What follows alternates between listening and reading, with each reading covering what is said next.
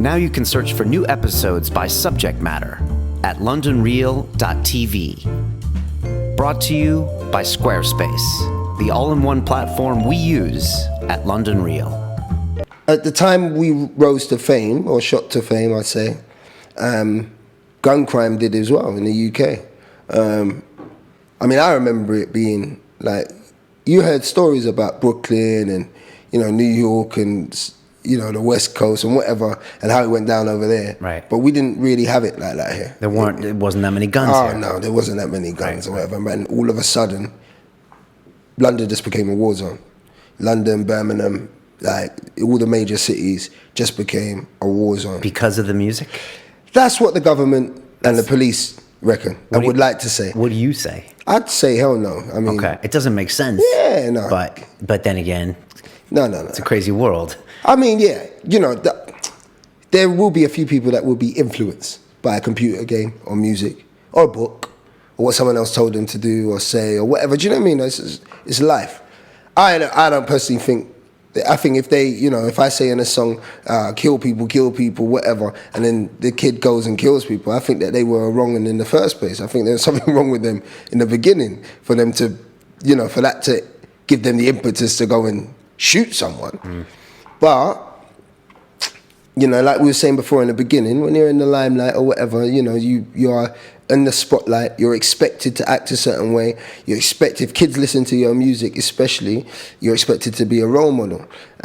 So we were an easy target because obviously we were going through our own things in our life. The stuff that we were talking about wasn't just about, making things up or imagination. We were literally talking about naming names, talking about people we knew, how they died, how we got shot, who we shot at. Right? Do you know what I mean? We were talking about our everyday lives. Me personally, my life wasn't that bad, so I wouldn't be talking about all that stuff. But a lot of members of my crew, that's the life they were living. They weren't destined to be actors or rappers or whatever. This opportunity came and they just grabbed onto it. But before then, they were hustlers. They were doing their thing, and so it was like, I think it was just a perfect opportunity for a government that was in despair and didn't understand, or did understand and didn't want to admit that they understood. It was about how are they going to control this thing, and furthermore, whose fault is it? Who do we blame? And it just so happened that a few people got shot at one of our gigs. Right. Just all these things happened that combined together just said, you got something to do with this. Do you know what I mean? Right. And we can't take the blame for this, and we're not going to. So it's you. Parents, don't let your kids listen to this stuff. They're brainwashing your children, whatever. When we all know, we're impoverished people. The inner city areas need more money. The communities need more support, whatever, which is the reasons why they turn to things like drugs and guns.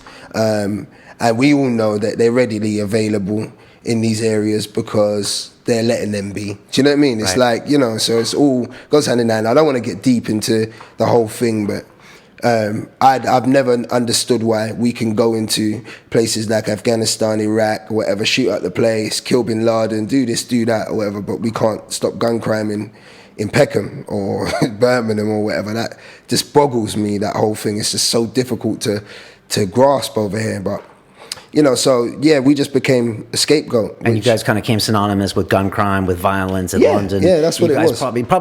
You probably benefited and were hurt from that. Yeah. That's what I'm saying. It's a gift and a curse, definitely.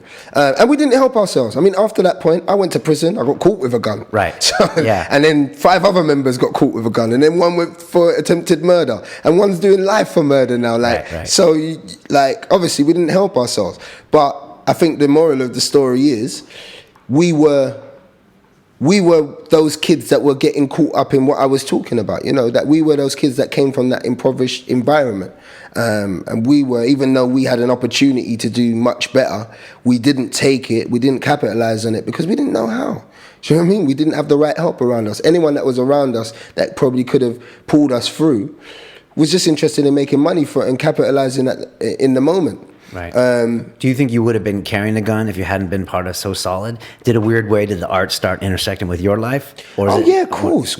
I was just For me, it was, I grew up as an only child. I had brothers and whatever, but I never lived with them and that. I got bullied, mugged, all sorts of stuff when I was young. Like, I always wanted to be part of a gang. My dad weren't around for me. He was in prison most of my life. So when I got to be a part of Soul Solid, it wasn't necessarily about music. It was about having a family. It was about having a group of like-minded people that I felt so protected in that crew. No one could touch me. I was now a member of a gang. You know, finally I was, do you know what I mean? It was an acceptance for me. So I felt very strong. But I didn't necessarily have the same upbringing as the rest of the guys. I think my mum was very dedicated to my education, and, you know, I got to experience a lot of different things than they did, hence why I was already acting from when I was a young kid. So, yeah, I mean, it was like I watched all these people's stories and watched what they went through and whatever, and eventually became embroiled in it myself. Do you know what I mean? It's so hard not to. And I felt the fear, and there was a huge surge in the amount of people that wanted to hurt me because of the success that I had. And at that point, I was still living on a council estate in Brixton. You know, I was getting shot at on a weekly basis. Really? Because you were in So Solid? Yeah, okay. Yeah, and it's guilty by association. I mean, a lot of the other members had shot other people before and done other things to this guy from that territory and whatever. So I get caught slipping by myself, you know what I mean, by someone who's wants my friend or something. It's like, it's lights out, innit, as far as they're concerned. So a lot of those things happened to me, man. I was put in a lot of difficult situations. And if I'm honest, I feared for my life. So I just thought, I'm getting a gun.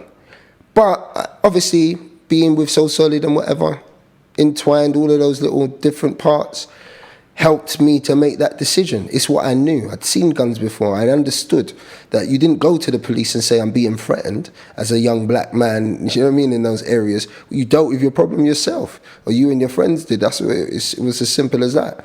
So that's the first thing I did. Like, in hindsight, I can look back and say, I know it's stupid. It was the most stupid thing for me to do. More importantly, I think if I hadn't got caught with the gun, yeah, what would have happened? I'd be dead now. Really? Or I'd be in jail myself, probably. Because you were probably going to continue to get more out of control. Oh, yeah. I was. But when I got caught, I was out of control. Okay. I was going everywhere with my gun at that point. Okay. And violence was escalating. And violence was escalating. My paranoia had gone through the roof. So I was just so scared. You know, someone might have come up to me and gone, hello. And I might have shot him. Do you know what I mean? That's how I felt at the time. Not sleeping, manning my door like I'm in the army, glass of brandy in front of the door with a chair, you know, my girlfriend telling me come to sleep and whatever. But I was like, no, we had death threats last night and someone threw paint on my car and this, you know, just thinking it's going to happen. So this is the glamorous life of a musician. It was, yeah. Right? Yeah, if you want to call it that. I mean, so yeah, I mean, I don't regret those days. You know I was scared through them and I got through them, but I don't want to go back.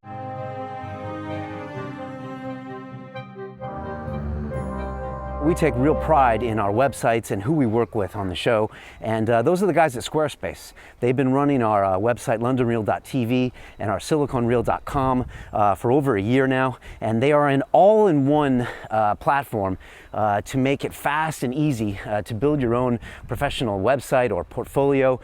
These guys have the tech down. It's drag and drop. It is easy. I used to run a WordPress site and I used to have to FTP audio files and all this nonsense. And now when you see these blogs that I write every week where I talk to you about my personal impressions of the guests, I literally just bust those out, drop the picture in, boom, and it's done.